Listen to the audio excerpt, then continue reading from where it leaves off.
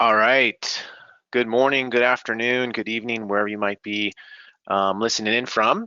We would like to welcome you to another in a series of webinars designed for public transit agencies.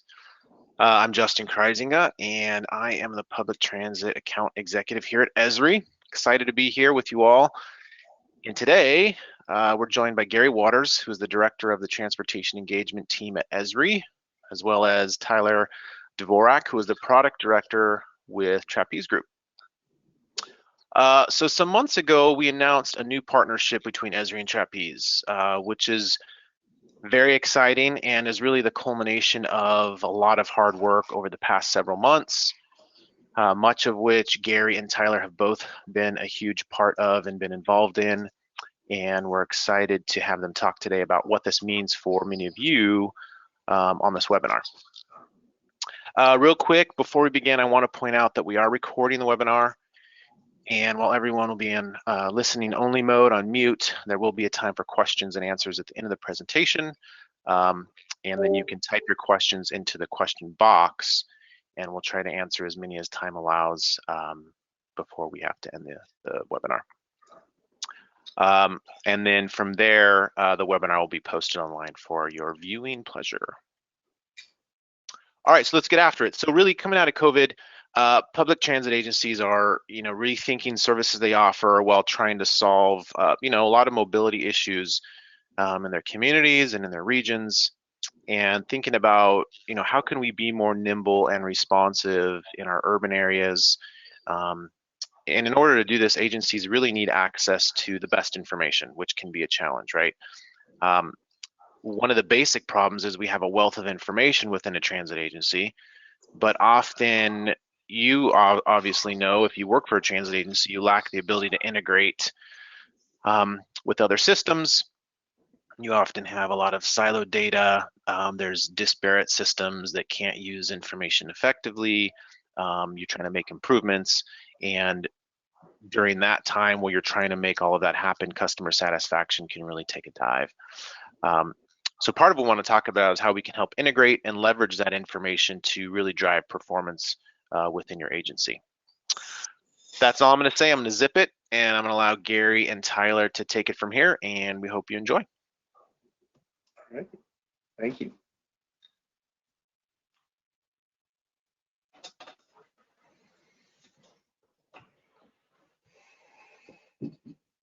All right. Sooner or later, I'm going to hit the right button. All right. Are you seeing my full screen now? We are. Okay. So I'm going to step back before I start just gushing with enthusiasm about our partnership with Trapeze and talk just real briefly about the strategy we have and the goals we have for public transit agencies.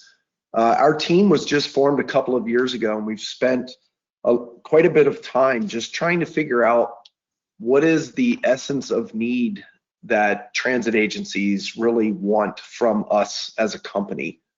I think it's pretty easy to figure out that a lot or most of the data that a transit agency works with is spatially based. When you look at all of the different kinds of data that you're collecting, a lot of it can be tied to some location. And obviously, we specialize in that location data visualization and analytics. So we feel like we could have a really important role in helping a transit agency become more effective, more efficient, make sure your services are meeting the needs of all of the folks that you're trying to provide transit services to. So just getting that spatial foundation is very important. Another characteristic of our company over the last, especially 5 years, and I've been around Esri since as a user 1986, so I've seen lots of change, but it's really interesting with the development of a lot of the apps that we have. We can now walk into virtually any transit department and have applications and capabilities that would help them do their jobs better. What's interesting, and Justin kind of hit on it, is we've discovered that the systems and the solutions and the data in transit agencies are often very siloed. Like walk over to the public safety group and they're dealing with completely different data than marketing might be, than the asset management folks or the people in planning.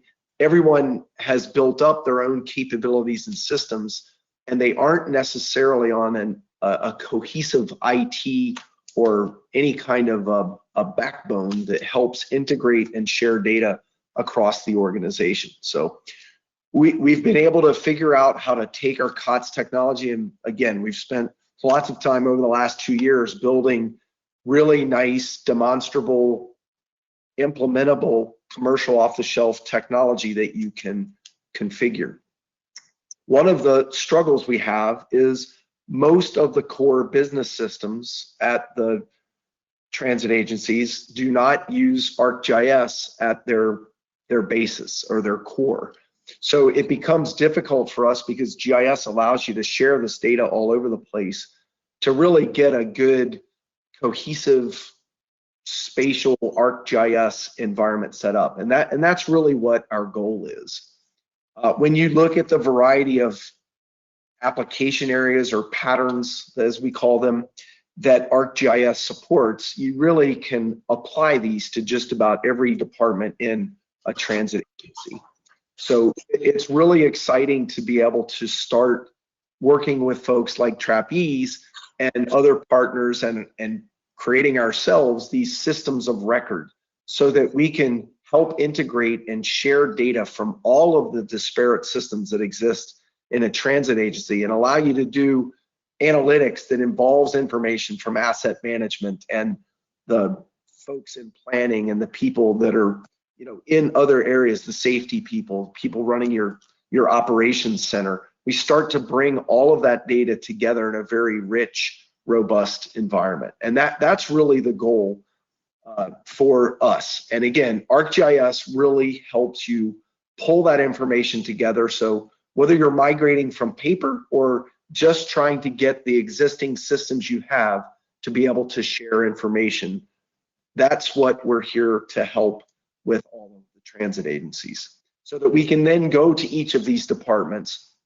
talk to them about their needs, realize they may need data from real estate or operations to make a planning decision, and we can help pull that data together in an environment where they can easily get to that information. Which brings me to this partnership, which again, I can't express how excited I am about this, because you know that Trapeze has nice solutions that probably touch every department that I have labeled on the screen. And we are going to be, through this partnership, working on making that spatial foundation be ArcGIS, which means all of the data that you maintain to support scheduling and fixed route operations and paratransit and asset management through the Trapeze solutions will eventually be spatially enabled with ArcGIS, which will allow you to use all the Esri product family in conjunction with their products. And we think that's going to provide just a complete next generation new era for transit agencies. So with that, I'm going to turn it over to Tyler and let him show you some of the development work that we've been working with him on.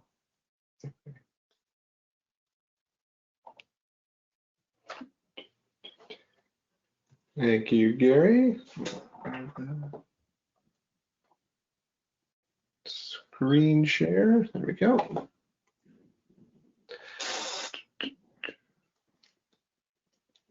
Excellent. Okay. You know, thank you. We might have to get everyone to wear our style of glasses now that I see. I thought that's why I picked these, because didn't want to. All right, Gary, that was perfect. Thank you very much. Thanks everyone for joining today. Like Justin said, whatever time it is to you. Again, echoing Gary's sentiments, cannot express how excited I am about this. Long time Esri user and Trapeze user, of course, being at Trapeze for about 10 years now. But you know, before I even worked with Trapeze or knew what Trapeze was, I went to school and college and used ArcMap in my geography undergrad, and then in my urban planning master's program extensively. And so through the, and then also as an intern at a city planning department. So Arcgis was a critical piece of software that we used to do, like Gary said, manage all of our location data, which is immense. Cut to me working at Trapeze, very similar system, right? Underpins the scheduling and planning aspects of an agency, which again is critical infrastructure and critical piece of software.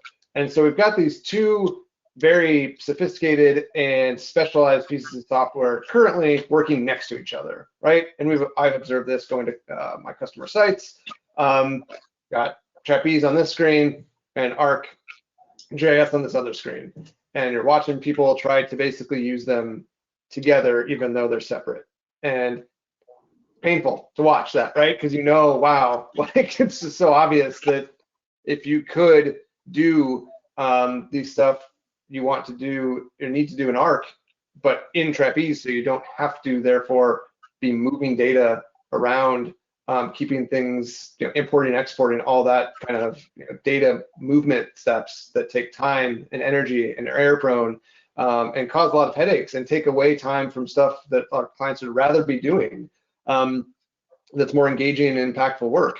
That's what gets me super excited about this partnership.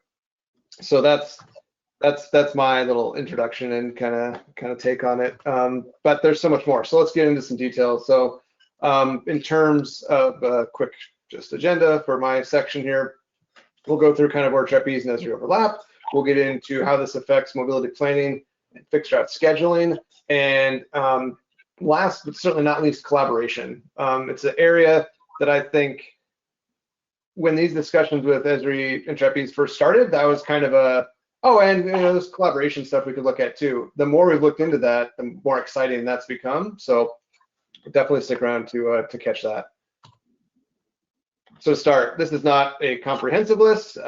Trapeze has 175 customers, 80 customers use FX, the fixed route planning scheduling tool. Esri obviously has a presence at over 230 trans agencies, and so obviously we have a ton of overlap here, right? That's another reason for this partnership, is we've got a lot of our customers using both of these software packages. So it makes a lot of sense for us to be able to leverage each other's specialties and core competencies to, like Gary said, deliver a next generation experience, right? In terms of being able to accomplish what used to be very time-consuming, sophisticated tasks that we can really, I don't want to say automate, but certainly make a lot more simple and approachable by combining our powers. So one of the first places I want to talk about that is in the space of planning. So traditionally, of course, first we plan our routes, then we schedule them, make sure they're operational, then we put them into actual operational use in delivering service to our customers, our riders. Then we're going to look at how that's performing, and then we're going to make changes to that based on that performance back into the planning phase, the scheduling phase, and it's just a project that never ends, a repeating cycle of improvement and iteration. And a big piece of that is, of course, planning, right? We want our schedulers and planners to be able to understand what's there, right? Not just what's there in terms of here's where people are. That's not, that's cool, but we can do a lot more than that. That's why I don't want to say it's just demographic layers, for example, right? It's geo enrichment. There's tons of layers available and very sophisticated profiles of different types of people that we can classify and kind of help get a better understanding of what type of customer we're trying to reach with what type of service. The big thing in transit and really the vision of the next gen planning and scheduling tools is not just where to put fixed route service, it's how to deliver it and what form of mobility or transit makes the most sense given an area's unique geography, demographics, what else is there in terms of education, healthcare, facilities, jobs, of course, being the big one, right? Employment centers. So going so much beyond how many people live in this census block group. Still want to know that, but we want to go way, way, way beyond that because, like I said, the big thing in transit now, in my opinion, is not using fixed route transit to try to solve every mobility or access problem. Fixed route transit makes sense in a lot of places, but not everywhere. And so we want to try to figure out where fixed route makes sense, where maybe it doesn't, and maybe an alternative form of transportation, such as microtransit, makes more sense. We'll get into all that.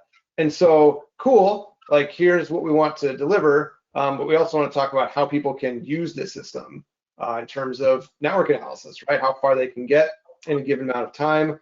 We want to talk about some other spatial analysis like a microtransit suitability index, or how our fixed route changes impact paratransit.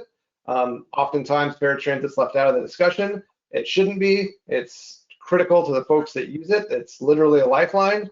And it's also the most expensive form of transit to provide. So understanding how we can make that more efficient, or how we can understand, making sure we can understand how our fixed route changes affect paratransit is critical.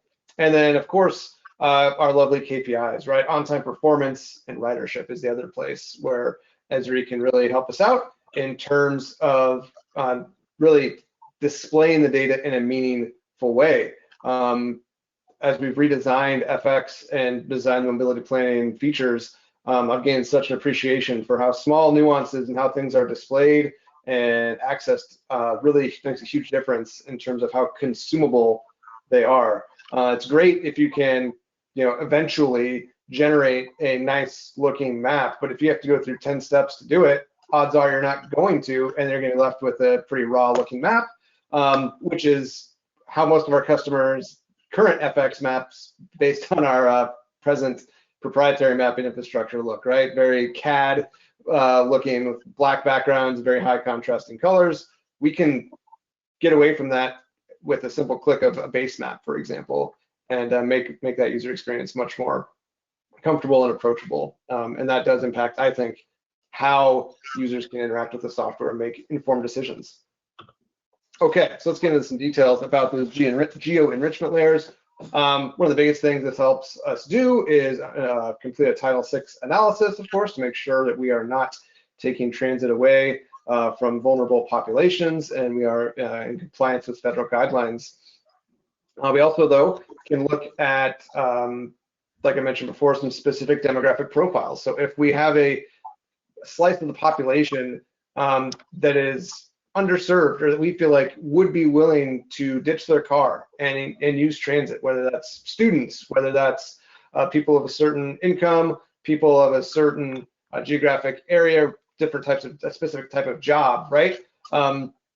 Would they be willing to use transit as their main mode of transportation? Well, let's find out where those folks are. Let's find out what their needs are, and then we can find out if transit really is a viable option for them, or if some mix of different types of transit is a better way to go. And the biggest way to understand how folks, or if folks are willing to stop using cars and start using transit, is, of course, it has to be to work and back, right? One of the biggest drivers of transit usage, ensuring people can get to where they need to go and to what matters to them. So usually that involves employment, education, and healthcare. So obviously we can bring great up-to-date data that's constantly being maintained and updated through Esri's platform, and be able to leverage that to help bring those decisions some context and make data-driven and transparent decisions about what we're doing. And that continuously and automatically updated piece is critical, right? Having to go find data on the census website is something that I used to have to do when I was in grad school, so doing research. Did not particularly enjoy the American Fact Finder 2 website for the 2010 stuff. The ACS, American Community Survey site, was not any better. But you can see, like, the data they have there is great, right? It is super rich. It is invaluable. Like, we have to, it's the best source and the cheapest source and the widest, most rich source there is.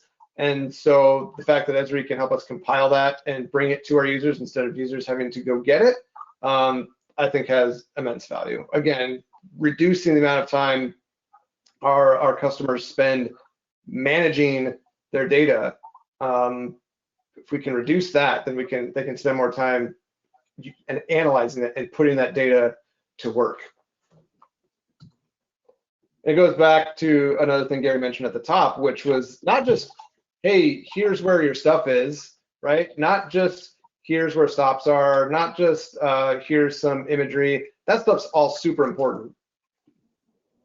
But being able to analyze it, to put it to work, is where Esri, of course, hits a stride that no one else can match. That's why they're the global leader.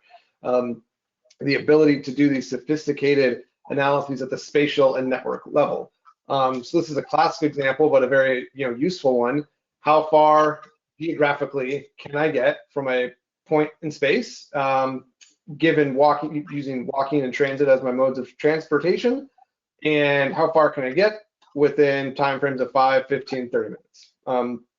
So this could be done, frankly, in ArcMap by yourself, but it takes a lot of steps and a lot of effort, and you have to get the data out of Trapeze and into ArcMap, and then cool, I see what the results are, but what if I make a change in Trapeze?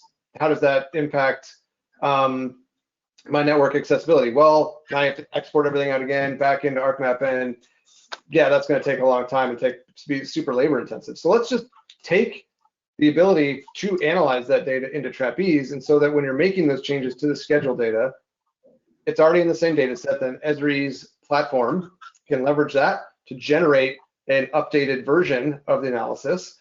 We know what customers want to use because Trapeze and Esri are super close to transit, and so we know the types of problems that we want to solve, and we've got the tools to do it. We just need to put it together and bring it to customers in an easy to use format. So this is just scratching the surface as far as what our network analysis can do. On other calls, I've gotten into how we could do a time range instead of a specific point in time.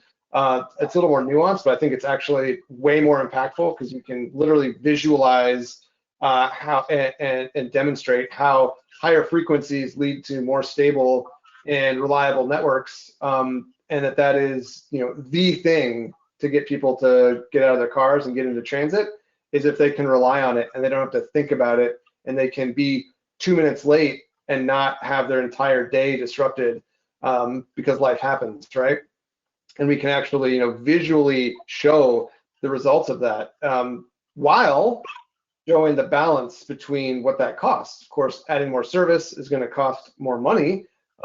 This is perhaps one of the key selling points here, is that we already have our customers' business rules. We know what their business rules are in terms of vehicle constraints historically and up to date, as well as driver constraints. And so that's kind of the whole job of a planner, is to balance trade-offs, right?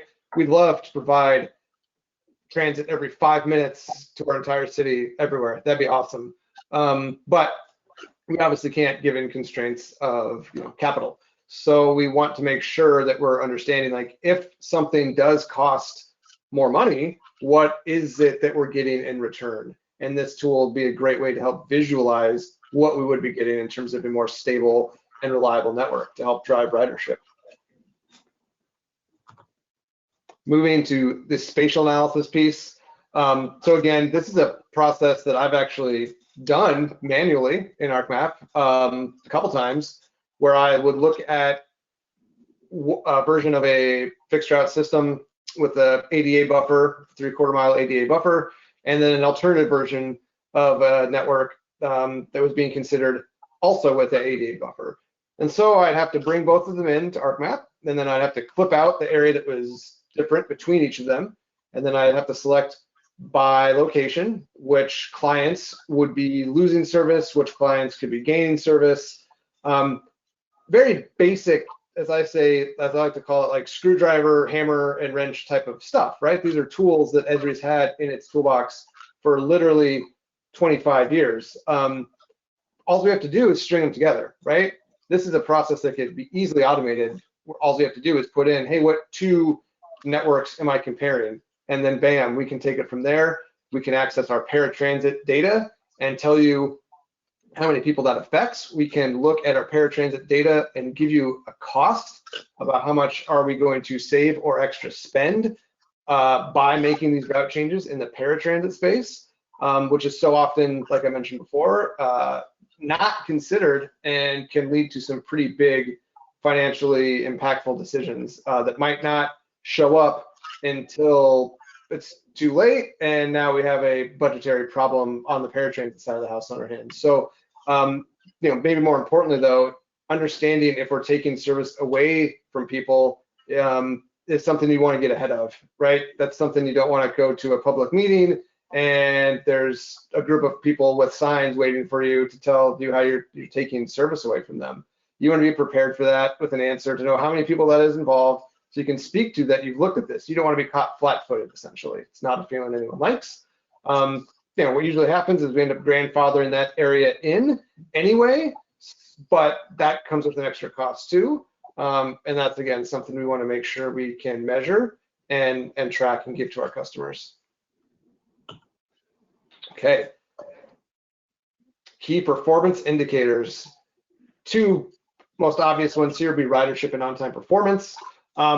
So this is where Esri's display capabilities really come into play. Again, I mentioned, we can put all kinds of stuff on a map, but it can get so busy that it can start to overwhelm and wash out, and then it's not as usable. But Esri can help us, ensure that we're using some nice design principles to make this data, comprehensible and actionable. And some ways I think our customers expect us to be able to do this, and they should, because again, similar to the last slide, this is all very doable stuff. Just need to put the pieces together. And so, yeah, understanding where ridership's occurring, overlaying that with demographic information, I think is an area that we can explore more as well in terms of like next things to do. Things like spatial statistics, I think, are super interesting. Finding out how ridership correlates with specific demographic profiles to find out if our assumptions that people of a certain age, of a certain income, are more interested in transit or not, right? Being able to test some of those assumptions is, again, where Esri's analytical capabilities will really have big benefits. And then, of course, being able to see those predicted changes, right? If I change my schedule in terms of where it's going and as far as route alignment, or if I change my frequency of service or change my time intervals, can predict and show what we expect ridership to be based on those changes, as well as the on-time performance changes we expect to occur based on those scheduling changes. All right, so let's get into then, that's the planning piece. Let's get into fixed route scheduling. So there's three big ones that I want to focus on: aerial imagery, tracing, and your street network. So this goes more to the scheduling side of the house, where I need to make sure that I've placed I'm creating my data accurately. Currently in FX, we don't have a good way to bring in aerial imagery, which creates problems when we're trying to geocode a stop. I have no spatial context outside of my street network, which is usually based on centerline data, which means I don't understand, I can't see the width of the street. I can't see what built environment is around where I'm placing my stop. And that's super important that we're accurate in that, because this data goes everywhere, including to like Google Transit, where people are going to be accessing it and using their phones to route themselves to walk to a place geographically at a lat long. So if that's inaccurate and we're telling them to go somewhere that's 150 feet away from where they're actually supposed to be, we have a customer problem on our hands pretty quickly, and we'll see the phones light up about that. So understanding exactly where things should be, where in terms of lat long placement and bus stop placement, is easily one of the most important things that aerial imagery allows us to accomplish, as well as, of course, our pattern traces. So this can help. Actually, I've talked to a client who basically redesigned their whole street network just using aerial imagery. They didn't use anything else. They didn't use any demographic information. They didn't use any geo-enrichment or anything else. They just used aerial imagery because that was so powerful, because it told them what was where. You can see on an image where high density areas are. You can see on a map with aerial imagery where trip generation locations are in terms of, like I said, healthcare, education, and employment facilities. So So aerial imagery is critical, and again, the fact that it's continuously updated from 10 plus data sources is a big deal, because it's, again, data that we want to bring to people and not force our customers to go find. It's all there, we just have to bring it to you guys. Tracing is the other big part. So currently FX tracing is not my favorite activity when I'm creating data sets to use for like internal testing. I have the same frustrations everyone else does, where I have to back up my trace, but there's not a great way to do that. I'm using Control and Shift buttons to create it. It's outdated.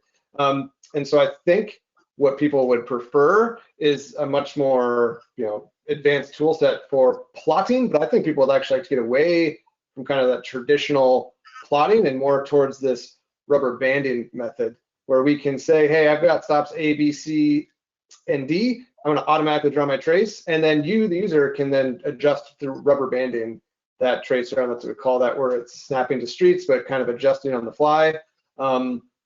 It's a much more pleasant user experience, and I think one that can really reinvent how our customers do tracing, which is a big part of their job. I went to a site years ago, and we spent days correcting traces.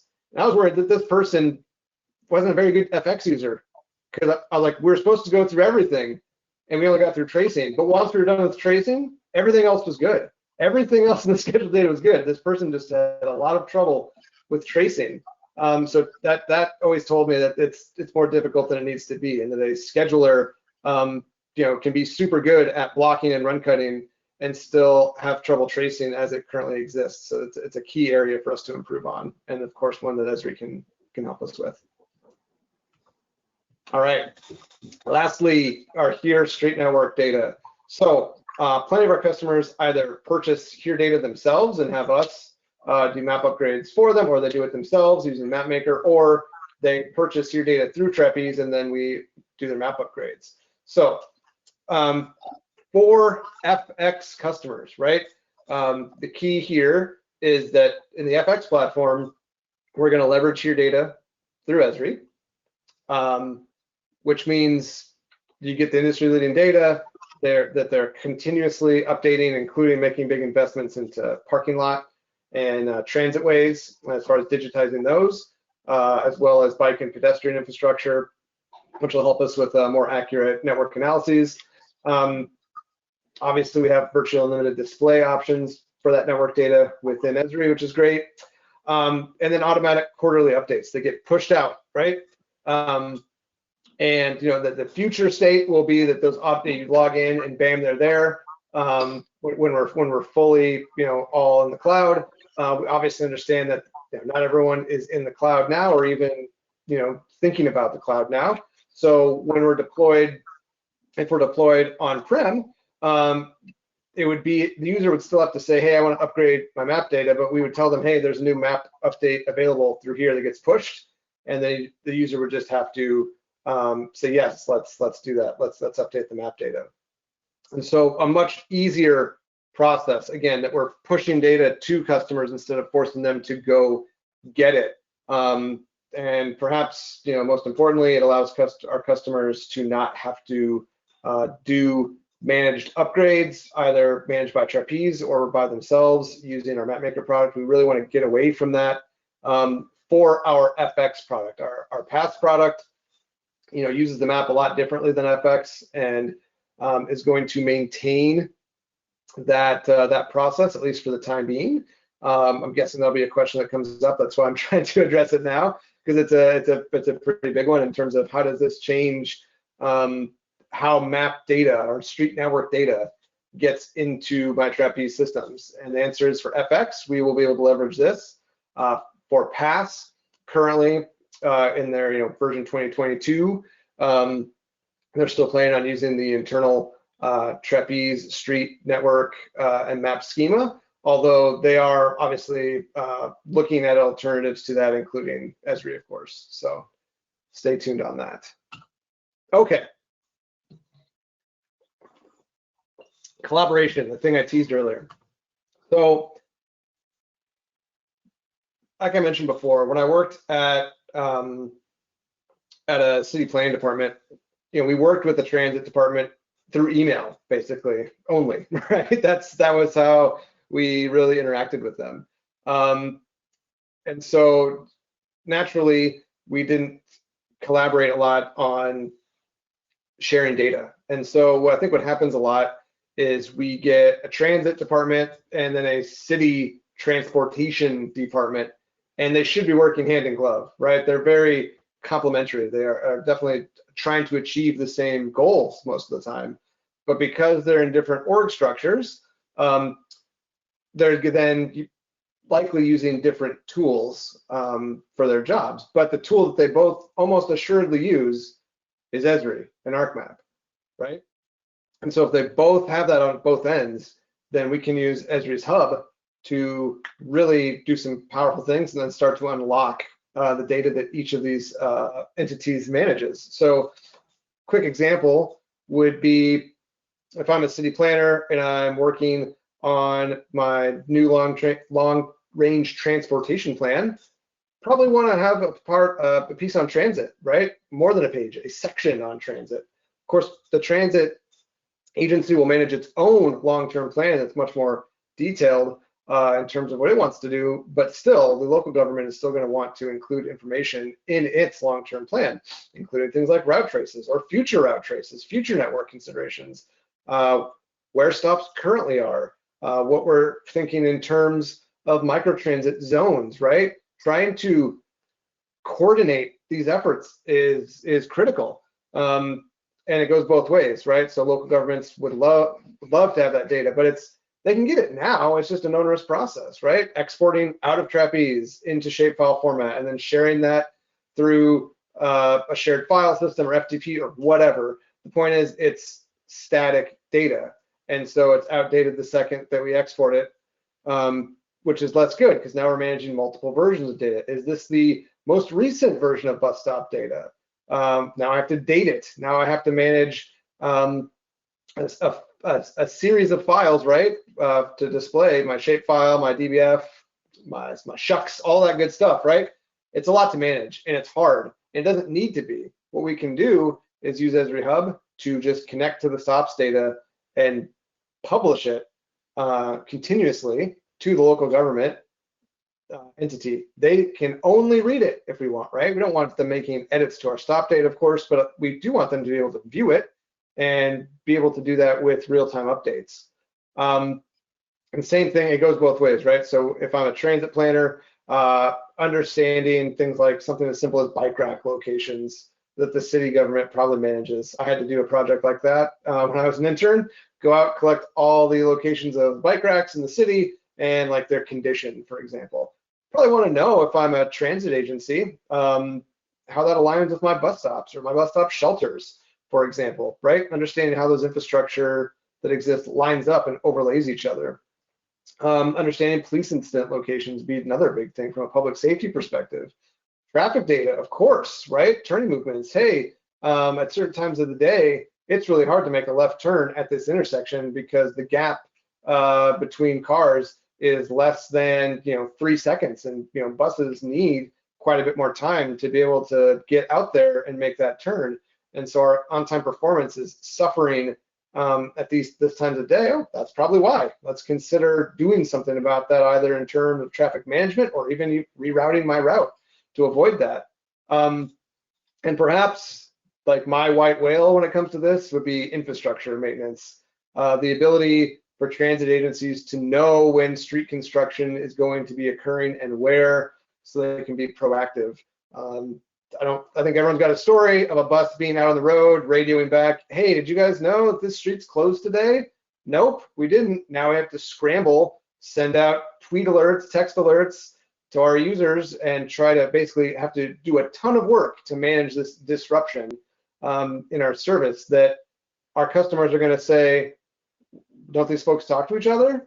And the answer is not as much as they should. We all know that. It's a very common experience in any, I think any role these days where we have all this information, right? It's all floating around, like Gary said, but connecting it together is what customers are expecting vendors like us to do. And so that's what we need to be doing, is enabling that. making it easy and reliable. And so that's what this is all about. So that's the kind of government to government or entity to entity piece of this. But of course, there's a whole nother section when it comes to collaboration with the public, right? So this would be how we can publish web pages and story mapping. This stuff's really cool, right? Being able to engage with the public and see, some more interactive public-facing features in terms of, a slider that shows the difference between the networks or the difference in access between the different networks. Showing, hey, we used to think of access in terms of a 3/4 mile boundary, but now we use Esri's Walkshed feature to understand what that actually looks like. And because of that, we noticed that we're not providing a lot of access to certain areas because it's not walkable to get to a bus stop. And so we're changing our route alignment to improve that, or we're thinking about changing our route alignment to improve that. And we want your input, public. Obviously, planning relies heavily on that public engagement to make sure it's making good decisions, that we're not missing something that would have a terrible impact on a large number of people's lives. We don't want to do that. We want to make sure we're engaging with people and understanding their needs, because we're not going to be able to do it all from behind our desk even with the best software and best data in the world. We still have to talk to people to find out how they're using the system and how they'd want to use the system. They'll tell us a lot of times the stuff that doesn't make sense, right? And how we can change that. And then we can give them feedback and show them, hey, we took your feedback and we changed this. And obviously, the hope would be that they'd say, that sounds great. And we can build some more support behind public transit as a concept, and that we can, again, drive that public engagement and get buy-in, not just from the public, but through that buy-in from our board, our city councilors, our leaders that ultimately do control a lot of the decisions, or certainly the amount of money we have to spend. So I think getting it's kind of a tool to build some grassroots support for transit and ensure that we're building the right thing for our customers has a lot of merit and definitely is quite impactful.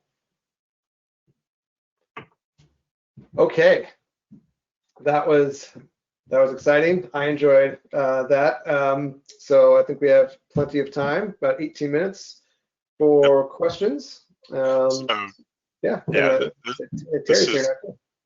is Terry. And thanks, Tyler and Gary. That was actually a great presentation. And yes, as we expected, we have a number of questions, and so I'll go ahead and I'll start off. There were a couple of questions wanting to know if this webinar will be made available, and yes, it will. Actually, within a couple of days, we'll actually have it up on the website, and we will send out a link to everyone on the call, and in turn, you can share that with others in your own organizations. Next question, it says, if we currently have a subscription to Trapeze and we also have a license to Esri ArcMap, are we required to purchase anything else in order to have all of the geo-enrichment layers? So I'll let the two of you answer give the easy answer to that one. So. Gary, you're on mute. There you go. You're still on mute. Sorry. Yep, there we go. Now I'm unmuted. Okay. Yes. So as we go through the process of getting these two technologies integrated together, when we get this release out the door that has the ArcGIS foundation on the back end of the Trapeze solutions, you would be able to sit in ArcMap and look at all of the data that's in Trapeze in the context of any other spatial data. So yeah, the easy answer would be in ArcGIS, ArcMap or ArcGIS Pro, you would be able to do all sorts of analytics with data combined from both systems. And that's really, I mean, you just hit on the crux of why we're so excited about this, because we've both lived with our respective shared user bases, the amount of time and effort people spend now trying to get data from one environment usable in the other and vice versa. think one thing we've talked about is the the platform that serves this up is Arcgis Server, right?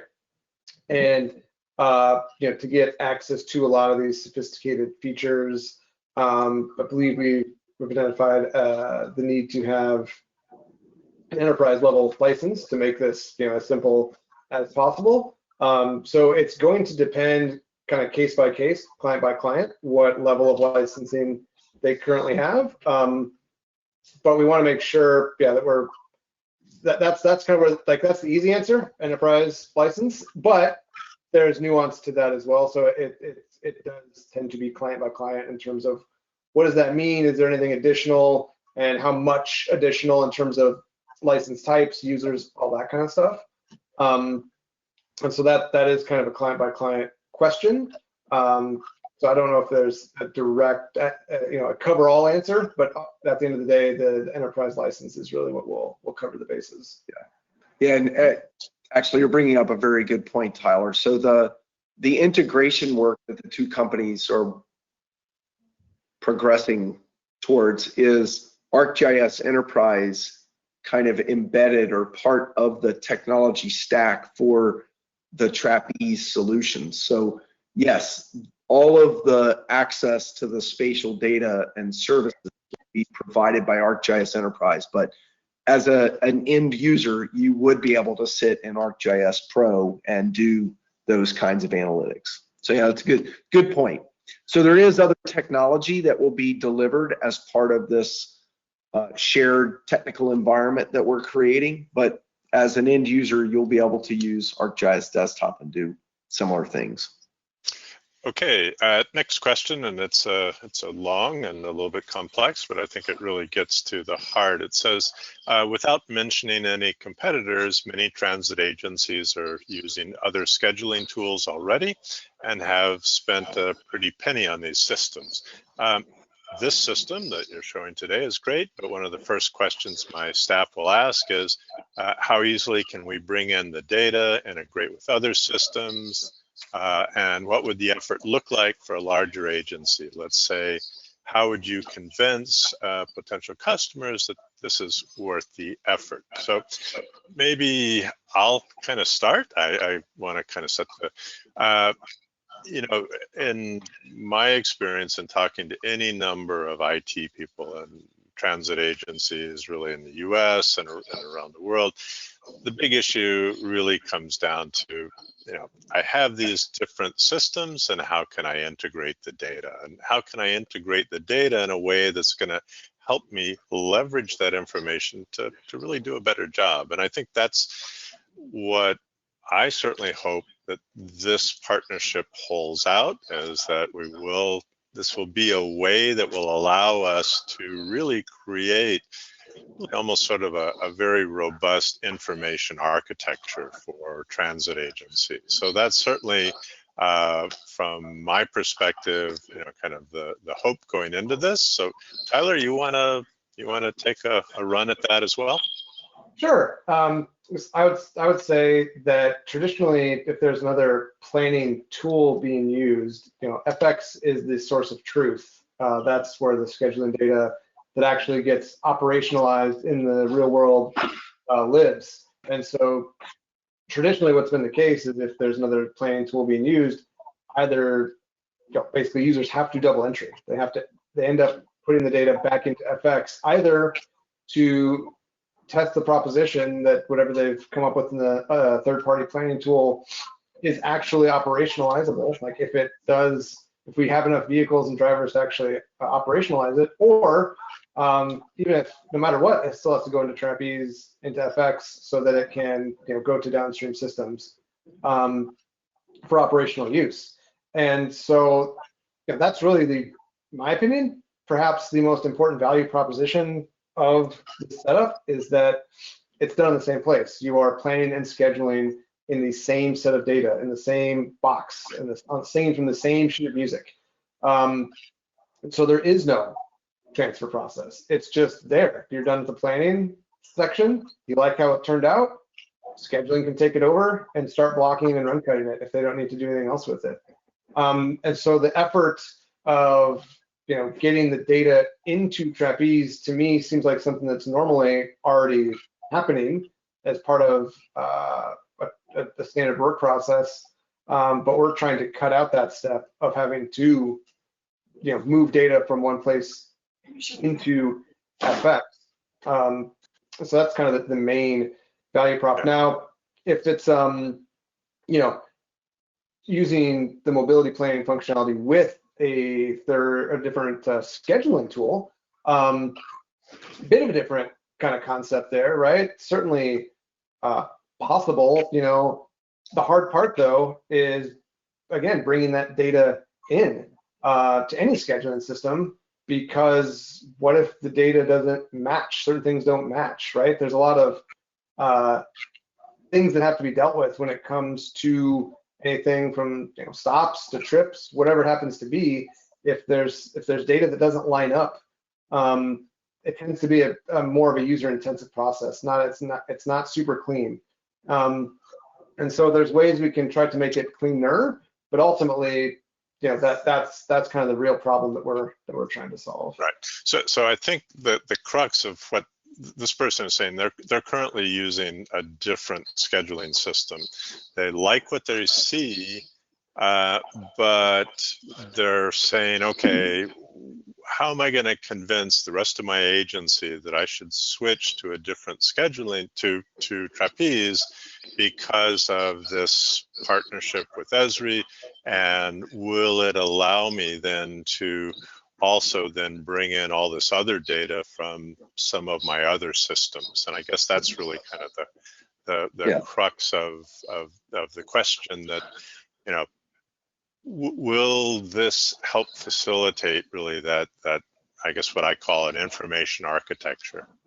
So Terry, I think one of the challenges, and my colleague that used to call it the R word, replace, was always a bad thing. And many times when we go into an organization, we're trying to hook GIS onto the side. I think what we're building with Trapeze opens up some dialogue sometimes about replacing existing other systems that may overlap with Trapeze. And like every purchase, what I would encourage you to do is start figuring out what that value proposition is. And I know we've been doing more work lately helping people understand the value proposition of a lot of the apps we're putting in place.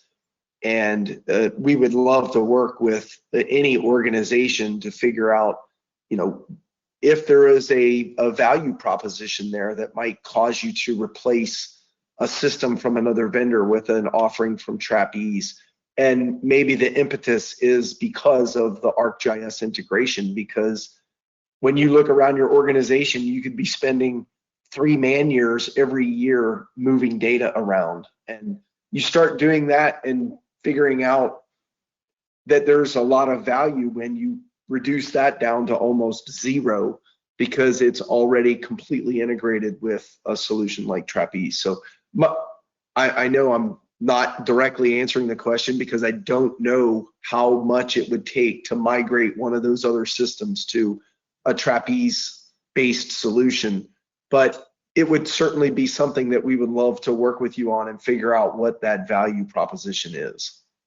Okay, so this is a question for Tyler. The screenshots that you were showing, is that from Trapeze Plan, or was that really of your new module, or was that really just an ArcGIS product, I guess is the question. Yeah, so that is those are screenshots from our prototype of the next gen mobility planning and scheduling platform.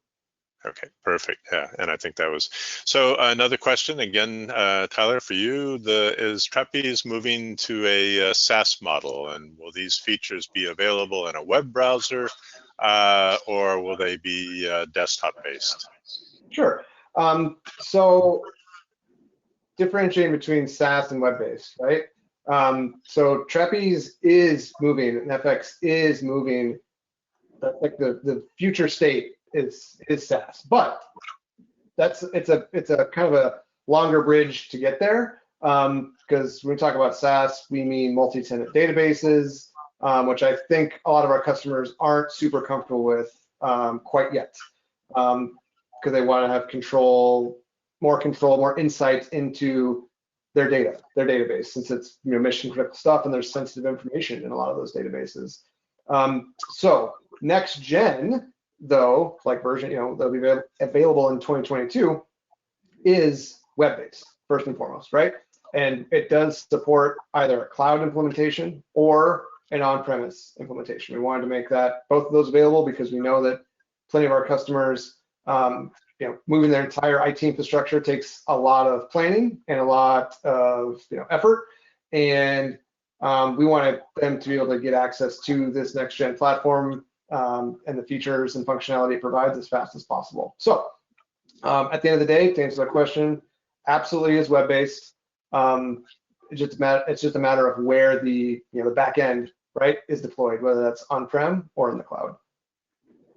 Okay, and there's actually more of a statement. Someone who's on the TCRP research team developing a new ITS data standard for transit would like Esri and Trapeze to mutually comment. So the preliminary standard is out for review and they're asking us to comment. So yes, indeed, we will. So there's a question, it says, which Esri product includes the Trapeze integration?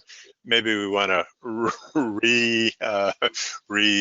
ask that question. So it really has to do with what's the Trapeze product that will include the Esri software.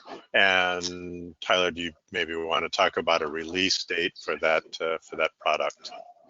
Yeah, for sure.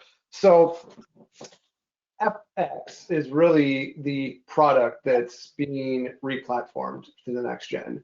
Mobility planning, how I like to describe it, is it's not a separate module or a separate, I don't like to view it as like it's not another piece of software, right? It's all in the same platform. I call it more of an expansion pack, right? It's functionality that's licensed, right? So if you're an FX user and you don't want the planning functionality, we're not going to make you pay for it.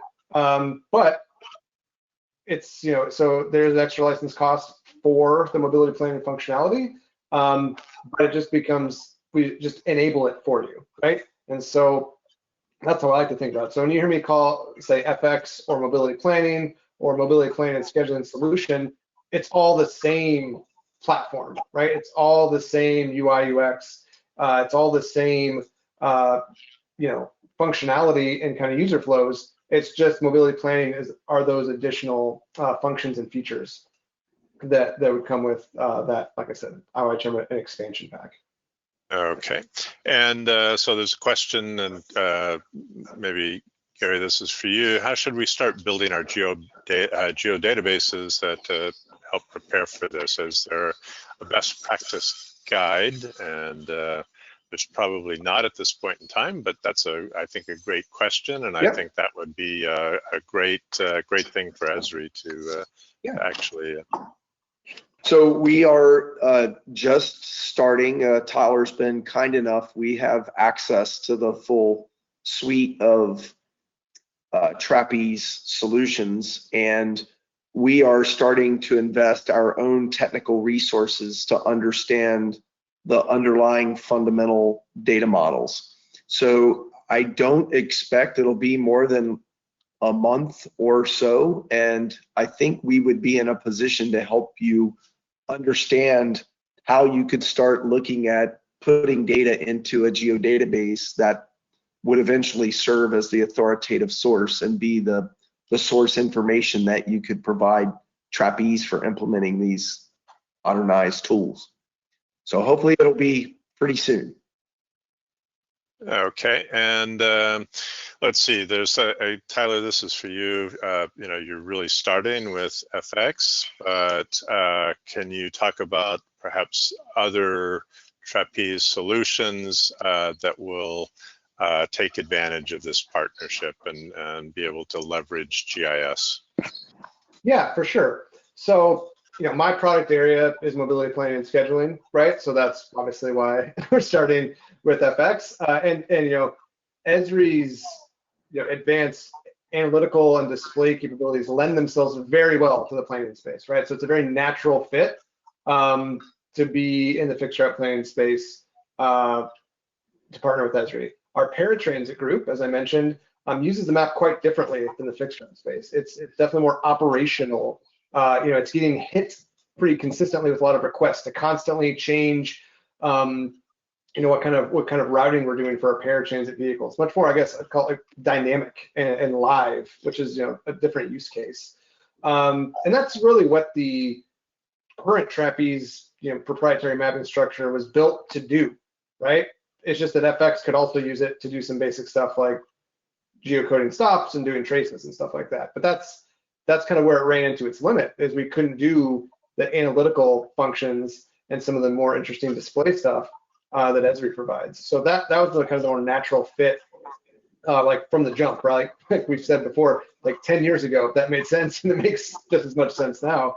So from a paratransit space, they are, like I mentioned earlier, evaluating, what their options are in terms of, mapping platform, essentially trying to figure out if they should stick with the Trapeze structure or go to a third party like Esri. Of course, they are evaluating Esri's offering as well. It's a little less clear cut, right? Like I said, like this is a very, to me, in terms of planning and scheduling, it's basically a no-brainer.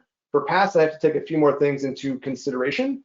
And so that's kind of where that's at. Now, other products that use the map in Trapeze's portfolio, things like Viewpoint, our Power BI solution, uses Microsoft Power BI, which is partnered with Esri. Our EAM solution is partnered with Esri.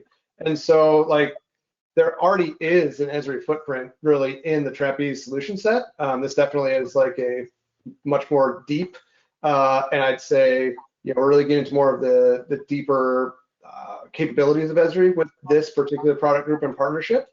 But so the big one is then paratransit. And so that's kind of, I guess, in progress, right? They're evaluating that. But that just kind of gives you a quick overview of, this is not the first time Trapeze and Esri are working together with the products. It's just the deepest, and I think probably the most impactful way. Yeah. Okay, well, as we anticipated, we have many more questions than we actually had time to answer. So we will actually answer all of those. We'll answer directly through emails. We do have a survey at the end of this webinar. We would encourage you to fill out. We'd like to hear your feedback and any additional comments that you'd like to offer. So with that, I'm going to say, Tyler, thank you. That was a great job as always. And Gary, thanks. And we look forward to welcoming all of you to future public transit webinars. So with that, we'll close it off. Thanks for attending today. Thank you. Thanks, everyone. See ya.